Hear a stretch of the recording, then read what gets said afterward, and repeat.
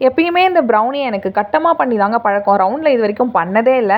ஆனால் கஸ்டமர் கேட்டது என்னமோ ரவுண்ட் ஷேப்பில் தான் 1 kgல கேட்டிருந்தாங்க. சரி ஓகே, அதுக்கு என்ன, கட்டமாக பண்ணி அதை நம்ம ரவுண்டாக மாற்றிடுவோம் அப்படின்ட்டு தாங்க ரவுண்டாக மாற்ற ட்ரை பண்ணக்குள்ள தான் என்னையே நீ கட் பண்ணுறியா அப்படின்ட்டு நடுவில் ஒரு கோடு போட்டுருச்சிங்க. சரி அதுக்கு என்ன, நாங்கள் தான் ஒட்ட வைக்கிறதுல பெரிய ஆர்டிஸ்ட் ஆச்சா அப்படின்ட்டு கேக் வந்து 2யும் ஒட்ட வச்சு ரவுண்டாக மாற்றி சென்டரில் கொஞ்சம் நட்ஸையும் கட் பண்ணி தூவிட்டு அது கூடவே சாக்கோ சிப்ஸையும் போட்டாச்சுங்க. அண்ட் செகண்ட் லேயர் ப்ரௌனியும் வச்சுட்டு அதே மாதிரியே கனாஷ் எல்லாம் போட்டு நட்ஸ் எல்லாம் தூவி சாக்கோ சிப்ஸையும் போட்டேன்.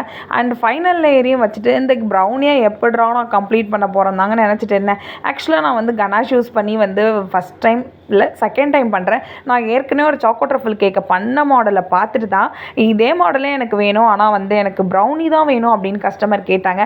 அதுக்கு என்ன, இறங்கன்னு தான் இறங்கிட்டோம், பண்ணிடுவோமே அப்படின்ட்டு எனக்கு தெரிஞ்ச வரைக்கும் அழகாக டிசைன் போட்டுட்டு மேலே ஃபுல்லாக சாக்கோ சிப்ஸ், சைடில் ஃபுல்லாக சாக்கோ சிப்ஸ் வச்சு தான் கவர் பண்ணியாச்சுங்க. அண்ட் சென்டரில் பார்த்தீங்கன்னா ஹாப்பி பர்த்டே அப்படின்னு கோல்டன் கலர் டேக் வச்சுட்டு குட்டி குட்டி கோல்டன் பால்ஸ்லாம் போட்டு ஃபைனல் லுக் பார்க்கல செம்மையாக இருந்துச்சுங்க. கஸ்டமருக்குமே ரொம்ப ரொம்ப பிடிச்சிருக்கு அப்படின்னு சொன்னாங்க. உங்களுக்குமே பிடிச்சிருந்தா லைக்கை தட்டி விட்டு மறக்காமல் கமெண்ட்டையும் போட்டு விட்டு போங்க. பாய்.